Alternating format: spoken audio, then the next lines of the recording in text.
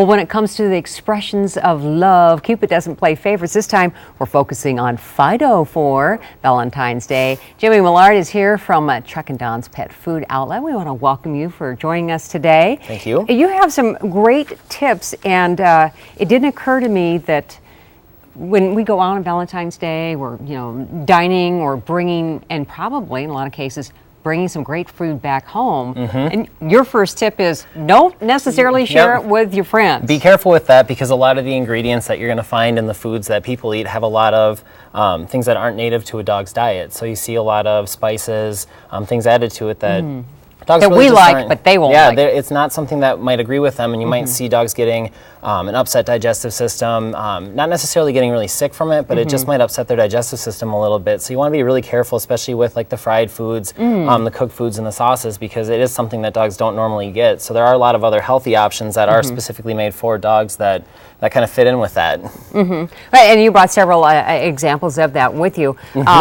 Also, one of the things that, and we were talking online here not too long ago, when they said, well, I've got cats, I don't have dogs, and apparently some of the flowers that you might have might not be agreeing with the cats. Yeah, it's a great expression for your loved ones, but with cats especially, if you have a cat that likes to get into things, really check online to see what type of flowers you're getting and if they are going to pose a problem for your cats, because a lot of the plants that are normally given around the holidays can be toxic if cats are consuming them, or if dogs are. So you really want to be careful when you're giving those types of things, just to be sure that it is going to be safe for the pet as well as something that looks nice around the house. Well, I never thought about plants having that much of a toxicity level with cats, because you're thinking, oh, the cats are around them all the time, they would probably leave them alone, and that's not the case. Not all cats do, especially younger cats and kittens. They love to get into those types of things and just kind of some of them are really mouthy, so they like to chew on the leaves and the flowers and the petals, and especially when they start to dry out a little bit, when they start to fall to the ground, when they're starting to get them that way, and that's where usually when you see dogs get them also. But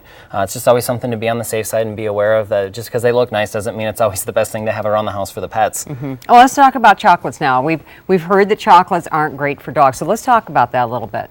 Yep, chocolates, I mean, in and of themselves, dogs and cats have to ingest a lot to get sick, but it doesn't necessarily mean that it's not something that they shouldn't have anyway. Right. I mean, they have to be careful around the chocolates. And the nice thing now is with the types of treats that are out there, you see a lot of things like the cookies and the carob chips. And these look like people food, but these are actually made for dog the treats. dogs. Yep, those are dog treats. And a lot of the ingredients, I mean, you see the same thing in human type treats.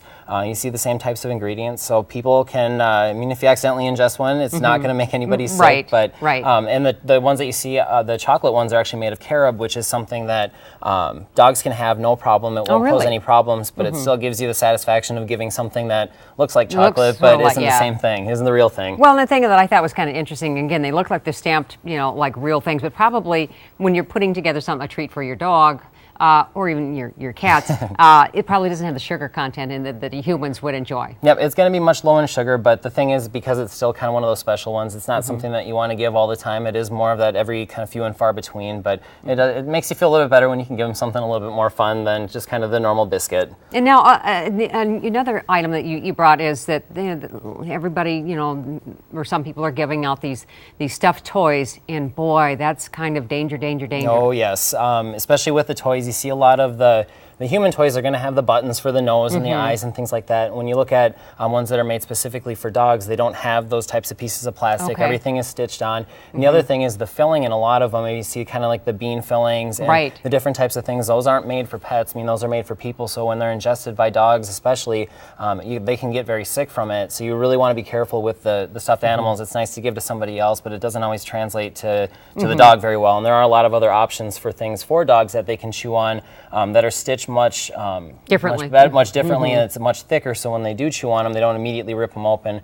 They do last a lot longer. And of course, right here are catnip. Is that Are you going to find those types of things inside a product, or is this just something you sprinkle loose? You can sprinkle it loose. We also do have something like this, which is a catnip toy that has a little Velcro pouch on the back, that you can actually put the catnip inside the Velcro pouch and refill it when you need to. So it's something that lasts a little bit longer for the cats and kind of keeps that interest level up a little bit longer. And our little guest here is Lily. Lily Walsko is joining us today. Lily has her little paws painted pink, so we appreciate you joining us, Lily, be part of this. Well, thank you so much for for joining us. And again, to read a little bit more about the pet-friendly Valentine's Day ideas, just go to carelevin.com.